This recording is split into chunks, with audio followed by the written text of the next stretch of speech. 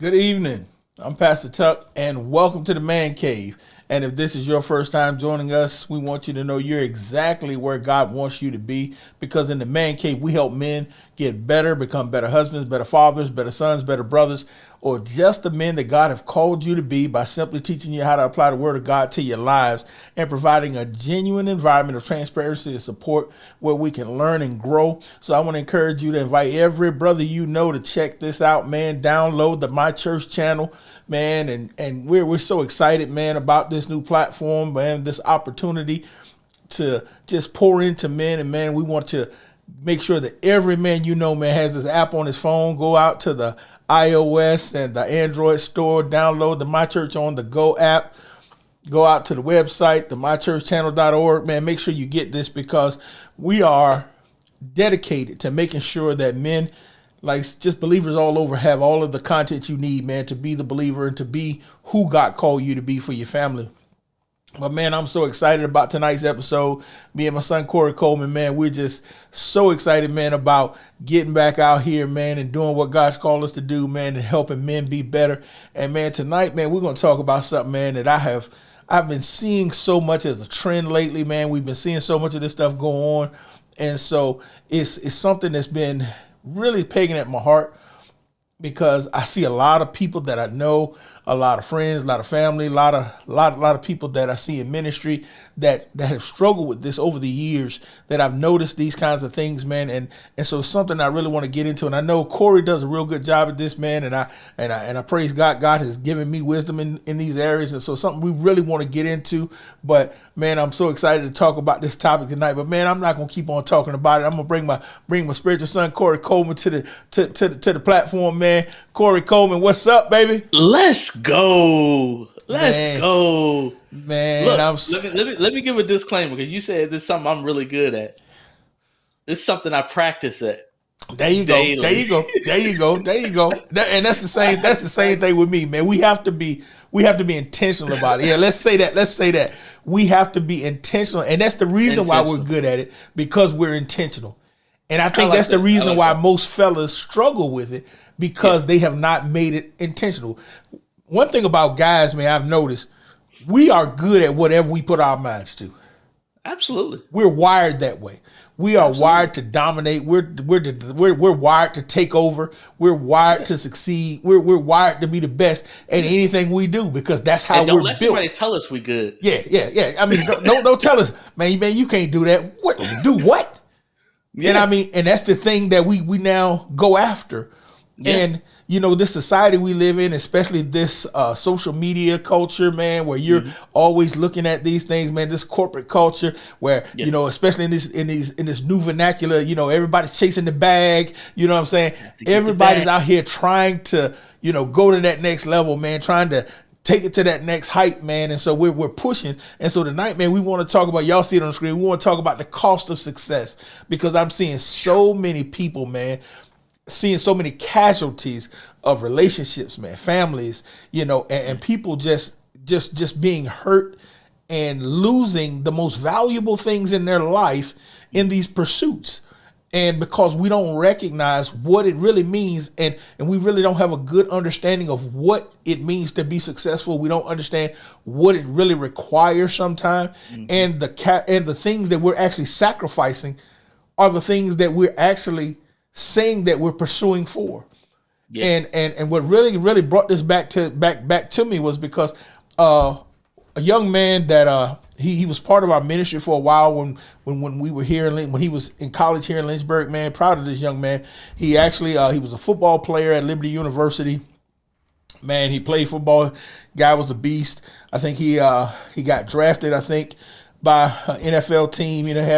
Had a couple T's, here and there. He never got, solid, got a full career going. But I mean, he played a while, in a couple of preseasons here, there, what I'm saying? He moved around to a couple of teams for a while, but I mean, real talented guy, man, but he was a real good guy, man. And I met him actually when we were doing the Man Cave in person. This is how he's one of the reasons why we have a show like the Man Cave, because when those guys were in college, man, God really used me to pour into a lot of young men to help them grow to become better men when they were in college. And when those guys grew up and moved out, and went out into the world and became husbands, fathers, guys like Corey, I felt a need to be able to have a means to continue to be available to them, to help them continue to become better fathers, better husbands. They had access to me when they were in their developing stages in, high school, college. But when they got older, I felt like they still needed that. And so many guys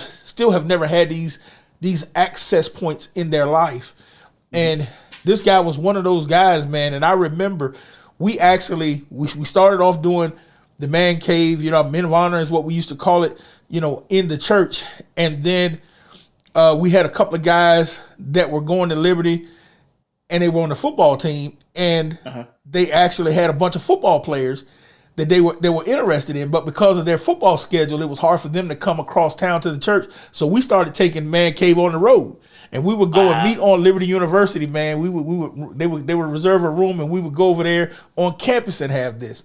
And so, man, these guys started getting so attached, man. They started coming to the church, and man, so it was just a great, relationship, man. He was one of those guys that I remember the year after he had got drafted for the Steelers, he came back to church that Father's Day and saw me, man, that year after, man. And it really blessed me because he said some things to me about watching me as a father with my kids that really impacted him with his kids. And so now, man, I see him, man, out on social media. He's doing this thing. His handle on TikTok is Nico Nice. And I'm going to play this video that I saw, and it really brought some things up and made me really want to have this conversation. So let's go check this video out, and then me and Corey really going to launch into this conversation. Let's go. What is the most hurtful thing somebody has ever said to you? It's not what they said, but what they didn't say. Okay, let's hear it. I love my parents so much. The majority of my life, they were never around. Like, both of them, which is crazy. I had to learn how to survive on my own. Even from the young age of like 8, 10, 12, just like cooking, like taking care of the house, stuff like that. They were always like away on work. I'm learning now through like my church, through my therapist. I never was loved by my parents at a young age. They never taught me identity. They never taught me that I was loved and I was cherished, that I belonged. The most hurtful thing was that they never said they loved me. They always showed that to me, but they never said it. That's intense, man, and that's really hurtful. And you said the main reason why they weren't around is because they were working. Working, yeah. As a father myself, that makes me question what I do and how I do it. How much am I working? And does my daughter know that I love her by my words and by my actions? So honestly, wow. Tell me that won't deep, Brother Corey. Man. Mad deep. It makes you look at your own situation. Yeah. Just like the interviewer has said, hey, he started to look at his own situation and, relationship that he has with his children. And, when I saw this about a week ago, it did the same thing to me, kind of sitting there like, whoa. Because sometimes, we go into situations and, we have blinders on. We're super focused. We're dialed in. We have this goal we're looking at, whether that's, our professional careers or, just life in general sometimes just has those blinders on. But what happens, when we keep those blinders on is we're missing the things that are right next to us, right in our peripheral. Children, spouses, our, close friends and, just relationships in general. And so many, what we would call the little things, that are missed or looked over because of that hyper focus. And that's the crazy thing, because we call them the little things, but those are the big things. They're the hugest thing. Yeah, you're absolutely right. Because in reality, I sounded like Trump when I did that. Exactly. The hugest things. But and it's so funny because when we say those things, man, we're talking about, what do we always say? Well, I'm doing this for my family, but you're sacrificing your family. Right. That's the old saying, you're cutting off your nose to spite your face. It's like, but your nose is there for your face. So if you're cutting off your nose, for your face, then you're not helping your face by cutting off your nose. It does not benefit your face to cut off your nose. It's not benefiting your family to not spend time with your family. And the intentions are good. Yeah. But we have to refocus, I guess, or evaluate, what's really important. Where does the value really lie? What has happened is we've been deceived by the enemy. He's tricked us into believing and to shifting our priorities. Because we start off, like you said, with that good intention. I just want to be a good. I want to be a good provider. I want to be a good protector. I want to provide my kids with a better upbringing than I had. I want to provide with them, better resources than I had. I want them to have. I don't want them to have to struggle in these particular areas. Mm-hmm. But the problem is, we've exchanged one thing for another. We exchange financial peace with, emotional insecurity.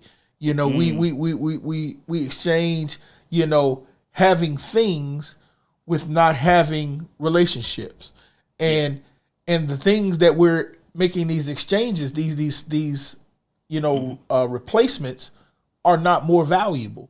We're actually replacing the things that are less tangible. And it's funny because, I grew up, and I always share my testimony. I grew up, and until I was about 13. Right. I never knew that we were not rich in my mind. Mm-hmm. Even though we were far from having, you know what I'm saying? Yeah. Because, my teenager think I'm rich right now. You know what I'm saying? But I mean, Corey, compared to how I grew up, you and I both are very wealthy. You understand? It's like, I know we were nowhere near. My dad just had a factory job. You understand? And and my mom worked, at a hospital, a healthcare facility. And they were hourly workers. You know what I'm saying? And so, but because they did the normal, credit, they're spending everything that they make, but because they were able to pay their bills, they lived the way they lived at that level. And as a kid, up until 13, because they never told me no to the things that I wanted, as far as I was concerned, I was wealthy. Because up until 13, what did you really want but a toy? Right. So you see what I'm saying? You're not stretching the means of where they are. Right. You follow what I'm saying? But see, I grew up eating stuff like bologna and stuff like, you know what I'm saying? So, I don't think my kids have ever tasted bologna. I don't know if they have or they haven't, but they didn't in my house because bologna has never been in my house. Do you understand what I'm saying? As an adult, bologna doesn't know my address. Do you understand what I'm saying? You got bougie now, Pastor Tom. Exactly. Ain't nothing wrong with a little fried bologna sandwich. Look. There are certain things that I made vows to myself. I ain't going back. Going back. Every once in a while, you gotta have one as a reminder. I got enough reminders in my life that I ain't trying to even go back. You gotta bite into that bologna sandwich and get that bread stuck to the roof of your mouth. So you gotta.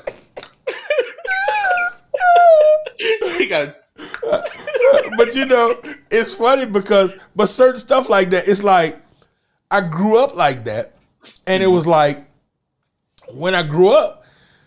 But until I was about 13, and my dad lost his job when I was about 13.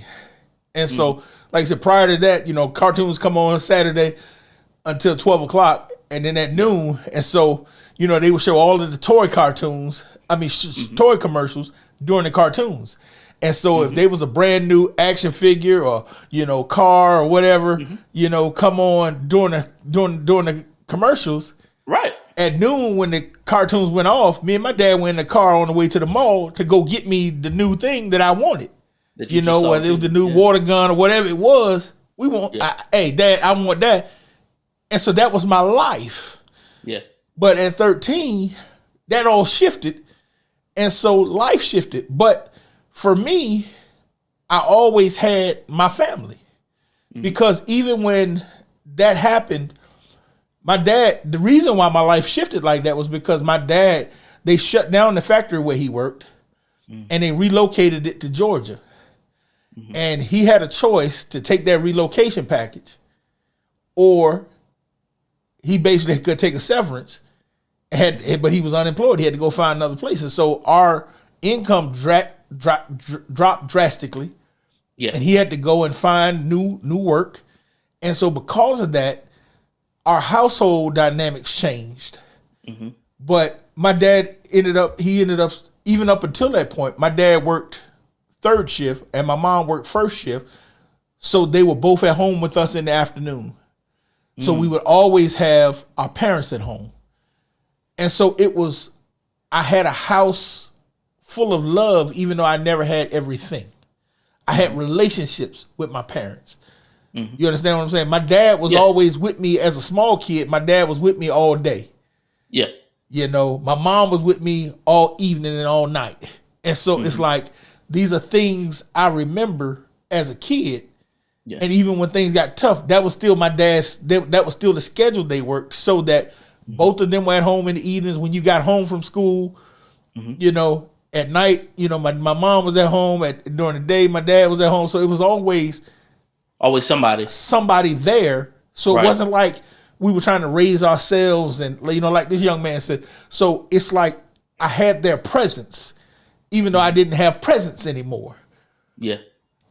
And then I know people who had stuff, but they didn't have their parents. Yeah. And so, I think, go ahead. No, I was going to say, it kind of goes back to kind of like how we started this, how we saying, you know, it has to be intentional. Because I don't know if that's something that we necessarily, or maybe we do, but we get to a place where we have that down packed 100%. Because it's like, it's one of those things where it's like, you know, I can't be in two places at one time. You know, I want to be able to give my family these things, you know, just from the family dynamic. I want to give my family these things. I want them to be able to have the things I didn't have. I want them, you know, I want to be able to, you know, allow them to go on vacations and buy gifts and different things like that. But in order for me to do that, I may not be able to do this. I may not be able to be here for this game or this recital, or, you know, I may miss out on these things because I'm out here trying to do this. So I guess is that a thing that we're always striving to do? We're always, you know, aiming for that mark, basically, of trying to get there. And that's the thing. I think it has to be one of those things where we have to make some quality decisions, versus making the blanket decision. And that's why I see a lot of people. That's why I see a lot of people make that mistake, because it's like, well, I gotta work.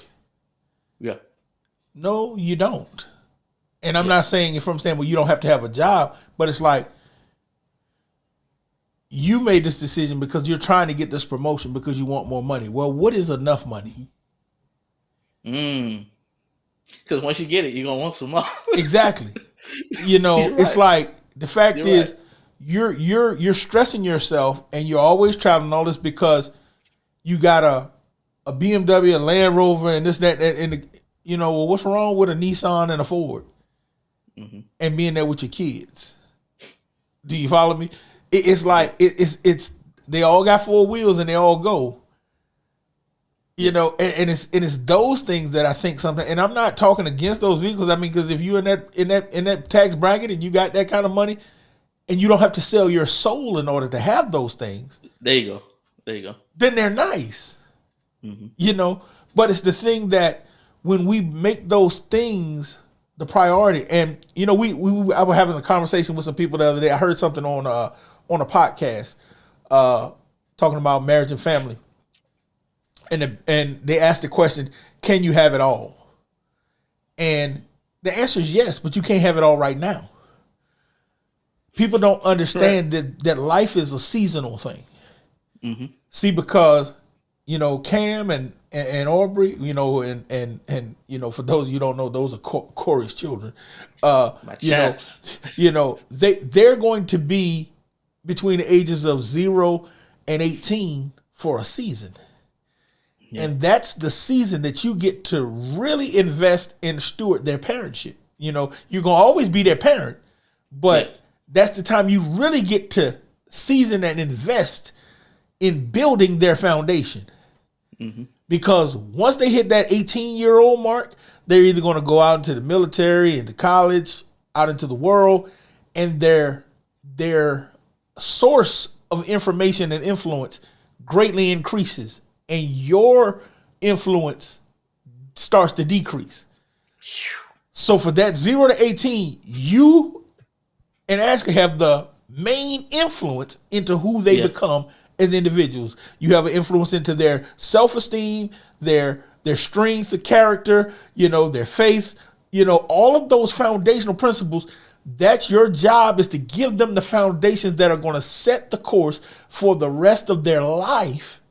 Wow. And if you're so focused on giving them stuff and everything else and not giving them the things that are going to sustain them as a person, make them a healthy, responsible, emotionally stable, secure individual, then there are holes there that the world will fill. And even though they may have the material stuff, now when they get to that age where the world has now filled those holes, all of the stuff you gave them will disappear. Yeah. And now what you have done, you've put all of your energy and your effort into something that's going to go away. Because they won't have the character to keep the things that you invested in trying to give them. Yeah. You did all this so that they can go to college, but now because you didn't spend time to give them the character necessary, you'll be paying college tuition and they'll be out there partying and flunking out. Devil is a lie. And that's you're right. And that's why we don't understand it. Their seasons, because right now people say, well, I got to get this bag. No, right now you need to make sure that your kids are priority, or that and it's so crazy because it's like, before I got married, when I first graduated from college, I started working a job, right? Fellas, check me out. I started working a job, and when I started working this job, I was one of the first engineers they had hired straight out of college. And dude, I would work around the clock like it won't nothing. Oh, yeah. If we had a project, dude, all-nighters. I see dudes going home. I'm like, where y'all going? Man, we got to go home. We got families. I'm like, home for what? And it was like three of us. It was like me, another guy who was around about my age, and then another younger guy who had come in up under me. And I remember we were working on a project one night that was close to due date, and we were working all night. I was like, yo, man, we working all night tonight. And they were like, all right, we down. And so we were in there working. And about 5 o'clock in the morning, we heard it raining outside, it was a storm or whatever. About 5 o'clock in the morning, all the lights go out in the building, Corey. And they flicker and they come back on. They flicker and come back on. And then they go out and they stay out. So now we in here in the dark. And I mean, we like close. We like maybe got another hour and a half worth of work. We could finish this thing. So I'm like, yeah, man, we done too much. So I'm bumping around in here and I go find one of the phones and I call the boss at home. I'll call the president of the company at home. I'm like, hey, where the flashlights at in here? He like, now I'm waking him up at 5:30 in the morning, like, where the flashlights? Right. He like, where are you? I'm like, I'm at work, man. Where the flashlights at? And dude is like, you where? I said, I'm at work. He said, Lou, there's a hurricane. I'm like, ain't nobody think about no hurricane. Where the flashlights at? Well, you say I'm in the safest place I could be? Look, I won't even think it's safe. I'm thinking, dude, I got a job to do. Right. Because it's only me. Yeah. They had a system needed to go to Ohio and somebody had to be there. Let's pause for a second. Yeah. How much money was you making that you was going to work all night? Bruh, I won't make it, but as soon as 5 o'clock, I'm like Big Red. My office hours are 9. Bruh, but see, I won't make it about $35,000 a year back then. In 96? 94. Oh, you was killing it. But look, 94. But see, this the thing. It was just me. I'm like, what am I gonna do? Right. I'm gonna go home, drink, do something. I'm like, bruh, we got it. I had a hustle hard mentality. Yeah, I get that. And like I said, they had a system that they had to go and somebody had to stay on site for a month because the customer was unhappy. I'll go. What is it for me to go live in Ohio for a month? We say, send me. I'm just here. I'm on expense account. I'm working around the clock. Whatever. It don't matter. I did the same thing in South Carolina. I'm like, I can go. These dudes whining about family and kids and wife and kids and stuff. Dude, what? I ain't got time for that. Bruh. Yeah, I'm good. I'm hustling. Right. Now, once I got married, bruh, I go out of town. But come Friday, bro, I'm coming back to the crib. I know that's right. Cause my wife got a job Monday through Friday, but on the weekend, it's me and her. Mm-hmm. Right. Because priority started to shift. Mm-hmm. Now watch this. Once Kaya was born, we had a system that we were building, and we had an engineer over here from Korea. And the system, once we sent it to Korea, somebody had to go to Korea with the system for 6 weeks. And of course, what are they talking about? Let's send Lou. Kaya had just been born right before the system was supposed to go. I said, the devil is a lie. I ain't going nowhere. See, to Korea. Yeah, see, they didn't understand They were expecting you to go. Yeah, they didn't understand that because, hey, lose the mailman. He's the go-to. Not anymore. I have a different set of priorities. Yeah. Yeah. See, because I have a family now.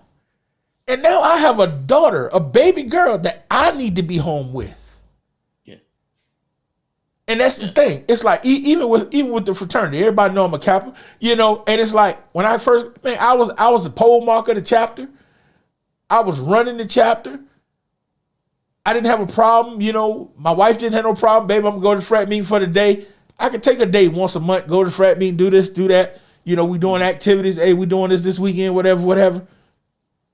Once I had my kid, I'm like, hey, I'm resigning. Y'all got this. Gotta go. Yeah. Y'all can't have me because anytime that I'm not working and I'm not with my wife, my family needs this. I can't give away stuff that my family needs. Mm-hmm. And I think so many people are missing that because they don't understand the price of success. Yeah. And not only the price of success, I think sometimes when it comes to those things, we have to be reminded that sometimes, like, if there's a sacrifice to be made, we have to be the ones to make that sacrifice. Oh, boy, you just said something. You know what I mean? Like, we have to sacrifice some of those things for the betterment of our family. That's the definition of manhood. Yeah. I was telling my girls that the other day. If somebody's gonna do it, we got to be the one.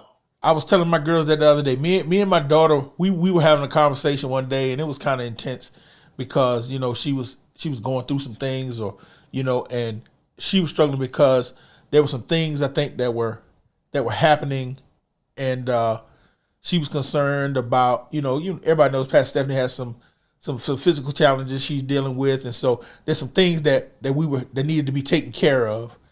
Mm-hmm. And so she was stressing about, wanting to help with mom. I said, hey, that ain't yours. Yeah. Daddy got this. Yeah.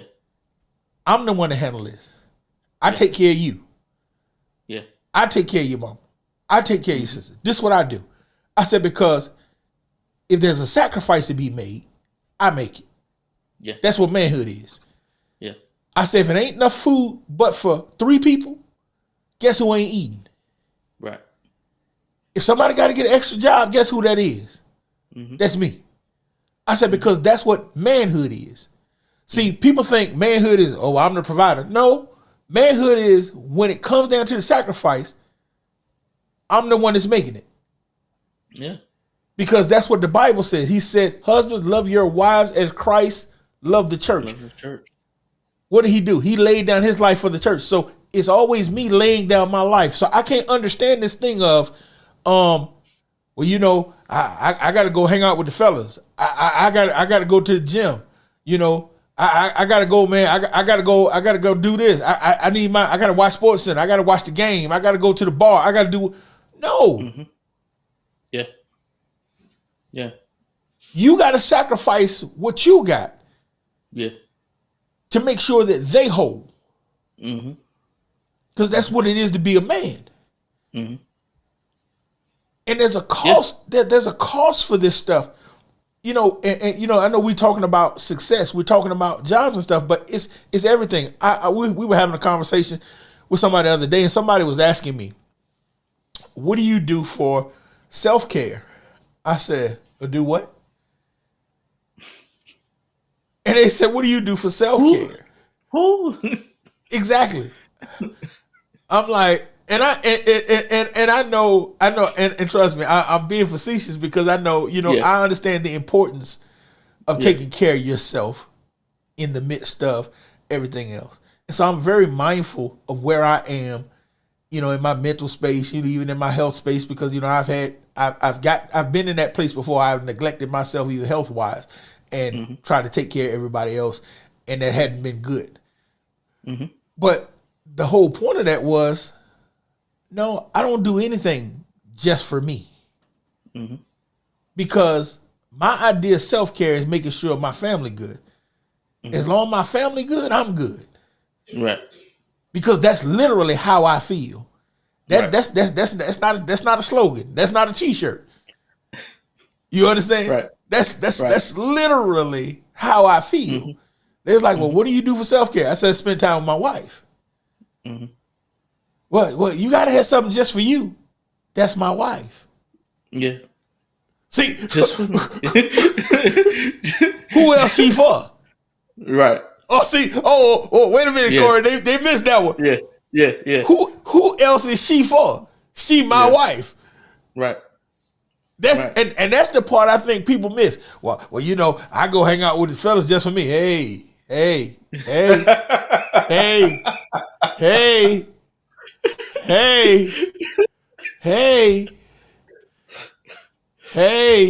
A little zesty. Yeah, that's a little too spicy for me. A little zesty. My palate is not quite. I don't have those taste buds. See, now don't get me wrong. Everybody know me and Corey love to shoot. And if Corey come to town, baby, me and Corey might go to the range for a couple hours. But hey, I ain't got to go to the range with Corey. Right. You understand? I love my son, but hey, I ain't got to go to the no. What I got to do, I got to have Pastor Stephanie beside me. Do you understand me? Absolutely. And it really irks me to understand these guys is like, I got to go hang with the fellas. I got to go to the club. I got to go. We doing this. And it's like, bruh. Yeah. I'm a noob all day. Pretty Boys Incorporated. But dude, I hanging with the bros? No, y'all can have that. I might go see y'all once in a while, but bruh, you better know. I got married because I wanted to be with my wife. And I think that's a big problem with people today because they don't realize, like you said, the cost of a successful relationship, the cost of a successful family, the cost of a successful career. Something's going to give somewhere, and you got to get your priorities straight because, like I said, when you're single, you can sacrifice everything for a successful career. Yeah. But when you get married, you gotta sacrifice everything for a successful marriage. Yeah. And when you get children, for a season, you have to sacrifice things for and I have to give that caveat because I've seen people that have destroyed their marriage trying to make sure their kids are successful, and that's actually an oxymoron. I was getting ready to get you to go down that lane right there. Yeah, because I just had this conversation. But go ahead. Because this is the thing: if I sacrifice my marriage for the sake of my kids, then I'm actually sacrificing my kids. Right. Yeah. See, because you have to understand, my kids are built on my marriage. Yeah. So I can't sacrifice my marriage for the sake of my kids. Yeah. And what you really have to understand is, in your life, your marriage is the foundation for everything. If you're married. Yeah. See, because you can say, well, my marriage is based on my career. No, it's not, because you change jobs all the time. All the time. But guess what? Yes, especially nowadays. But guess what? If your marriage is unstable, you can lose your job because you have an unstable marriage. Absolutely. You can lose your house because you have an unstable marriage. You can lose your health because you have an unstable marriage. Happens every day. Every day. Every day. And so you've got to recognize that there's a foundational principle. Yeah. And then your children are built on that foundation of marriage. And that's why you sacrifice everything for that marriage. Mm-hmm. You make sure, hey, no, I can't work this. I can't work this. I can't work. No, I can't. No, I'm not taking no more overtime. Why? Because I need to invest in my relationship. Make sure my relationship's solid. And that's why I tell people you don't just go and have kids. I know some people don't have a choice in that matter because they made decisions or things happen. And so they already there, but you still have to make sure that I'm shoring up this foundation. That's like you move into a house and the foundation is already unstable. That's when you call these other companies that come in and jack the house up and put the put the supports under there, because that's what you need to do. You need to shore up that foundation. The foundation, because that's what's holding up your children. Because your children are now going to build their foundation on your marriage. Mm-hmm. Yeah. And so now when you make your children strong, they move out and now they have a foundation to build their life upon. Right. Yeah. And so because you can't raise them for 18 years and that be your sole focus, and then they leave. And then you're stuck there with somebody you don't know. Exactly. Because this is definitely not the same person. You're not the same person that you were 18 years ago, 5 years ago. And guess how bitter they are after 18 years of sitting in the house with somebody that ain't paying them no attention. Yeah. You gonna find yourself by yourself. And once again, that affects your children. And if you spent your time devoting yourself to this career, now you're a vice president. Now you got plenty of money. But guess what? You're going to end up giving a half to her in the divorce. And then you're going to be sitting there spending out here on somebody else who don't care nothing about you. Because you're trying to not be by yourself because your kids don't want nothing to do with you because of how you treated their mama. Right.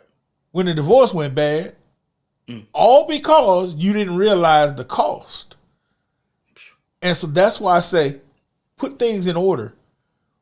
And all of this stuff really comes down to what we're defining our success as, because we're looking at somebody else and saying, oh, we need a bigger house. Why? Our family's going to get smaller. We got 2 children now. It's 4 of y'all in your house right now. And your daughter is close to, or she a preteen? Or she just turned teenager? She's a teen. She just turned teenager, right? Yeah, she's teen. So she just turned teenager. So in about 5 more years, you're going to go down to 3 in the house. Yeah. And in about 15 years, it's going to be 2 of y'all. Started all the way over. Yeah. So you going down in number. You're not increasing in size, you decreasing in size. Right. So why would you now say we need a bigger house? Yeah. But that's what society tells you. Hey, Corey, you just got a promotion. Let's go get a bigger house. Right. You're right. And that's what we do. So we're chasing this moving target, sacrificing the things that are so important. And then when we actually get there, we realize we missed out on my son growing up, my daughter growing up. They don't want anything to do with me. Now they're in bad relationships. Why? Because I wasn't there. Now they're going through all of this stuff. Now they got to go and spend money and time on somebody's couch talking about me. Now I feel some kind of way because they're saying I was a bad father. And I'm like, man, I put all my energy and effort into doing this for you. And they like, you won't hear from me. Yeah. Never told me you loved me. Going back to the video. Yeah. You never told me you loved me. I had to teach myself how to do this. Man. And so we gotta get a hold of this stuff now while we have opportunities. And that's why we're saying all this to you. Because you don't want to be that guy that's sitting there with regrets. You know, I had a young man tell me, he said, I grew up in the house with my dad. He said, but my dad used to come home from work. He said, and the kids would get out of his way. He said, but when I saw how you interacted with your daughters, he said, that made me want to have that type of relationship with my kids. That's awesome. And that was a blessing to me because I'm like, that's what they want to see. They want to see the fact that, you know, you're loving on your kids. And so even though I served in ministry, I always had my kids with me. Yeah. My wife was telling a story the other day to somebody. She said she remembered going to, because I used to always do all the grocery shopping. I did everything. And she said one day she remembered going to the grocery store and it was just me and her. And I forget where my kids were. I don't know if they had gone to college or they were with somebody else that day. And we were in the store and everybody in the store was asking me, where my kids? What the girls? Yeah. And she said, and it was wild. She said, because, she had never been, but the fact that everybody looked for my girls when they see me. Yeah.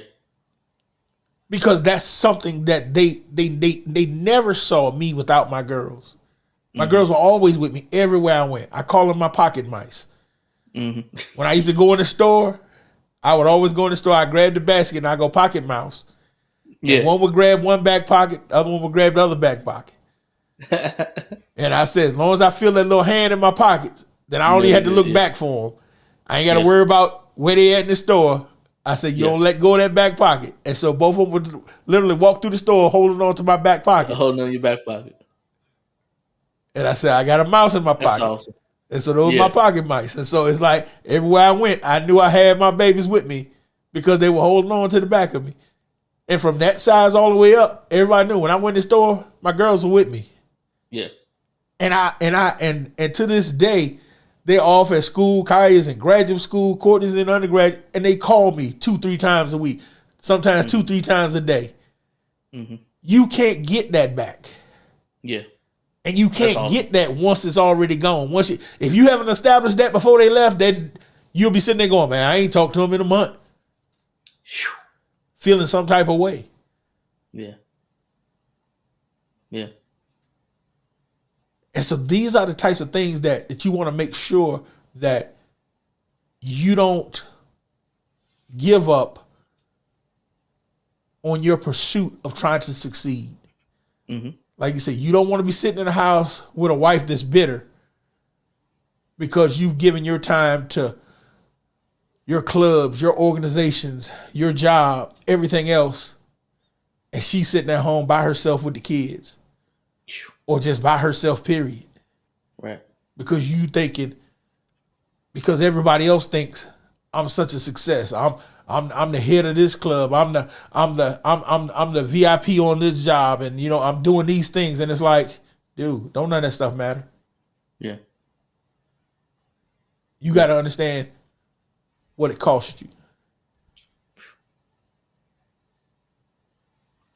And it's expensive. Man, price you don't want to pay. Right. Price you don't want to pay. Absolutely. Man, I'm telling you. Absolutely. So you can have it all, but like you said, you can't have it all now. Once your kids are grown, you'll be in another season, man. You and your wife got a nice, stable relationship. It'll be days where it's like, okay, baby, go get your hair and nails done. Go to the spa. I'm gonna go down here to the club meeting. Yeah. We can do those types of things then. Yeah. But and it's got to be, even then, it's got to be in a balance. Yeah. Because you never want to have that relationship where y'all looking to get away from each other. If the pandemic didn't do but one thing, it exposed relationships. Mm-hmm. I heard so many people tell me, man, I got to get out this house. That's your house with your family. What are you talking about? Yeah. What are you talking about? Man, these kids. Those are your kids. Man, me and her that's her. That's your wife. What do you say? You picked her. Exactly. You chose her. You picked her. And that's the problem. You picked her instead of letting God give you who you're supposed to have. But that's a whole nother show. Whole nother. You picked it. That might be the next episode. Yeah. Like this. You picked it. Yeah. Yeah. Because I'm going to tell you, the pandemic, I'm sitting around this joint like, I don't care if they'll never let us go back. As long as they still delivering food, groceries, we good, player. Internet still working, we chilling. We chilling around here in these parts, you understand? Because I love everybody in these four walls and everybody else can kick rocks as long as we good. Right. I'm straight. Hilarious. Yeah, man. Hilarious. And that's the thing, man. You want to... People don't recognize that, man. The most valuable thing in the world is peace. And I wouldn't give it away for the world. Mm-mm. But you got to cultivate that. You got to cultivate that in your household. You got to cultivate that relationship. And we pursue stuff that's not worth it. Yeah. Like you said, I got a Hummer in the driveway with a car cover on it that ain't been driven in over 6 months. Mm-hmm. I'm like, bruh, what is it? Yeah. What is it?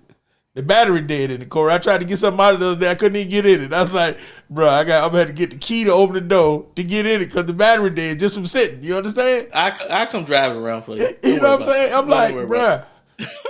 I'm like, to take Courtney back to school the other day in her car. I'm like, I had to literally jump it. I'm like, just so I could drive her back to school in her car. I'm like, bruh, this stuff. Yeah. And it's stuff that we sitting around going, I gotta get more of it. For what? Yeah. We gotta get our life, man. We gotta get our life. Absolutely.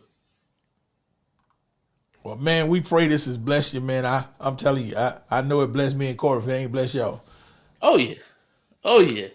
This is a good one. This is a really good one. Yeah, man. The cost of success. Yeah, man. Well, it's a successful job, successful marriage, successful children, successful relationships, man. You got to recognize there's going to be a price.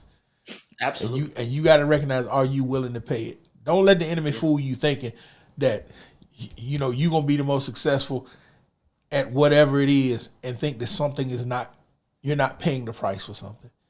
Absolutely. One of the most moving things, I guess, convincing things for me. Y'all know I'm a big Cowboys fan. Jimmy Johnson Hall of Fame speech. We just Jimmy Johnson. That. We just lost half our viewers. Jimmy Johnson, one of the greatest coaches of all time. Hall of Fame speech. He's sitting there. All the Cowboys in the audience. My man, I went to high school with, Robert Jones, sitting in the audience. I mean, all of them sitting out there. And he up there giving his speech and doing his own speech out of his own mouth. He's sitting in there with his second wife because he lost his first wife during this pursuit. And he himself said he is just reestablishing a relationship with his two sons that are grown men and got families of their own. Wow. This is what it cost him to be the greatest coach of all time.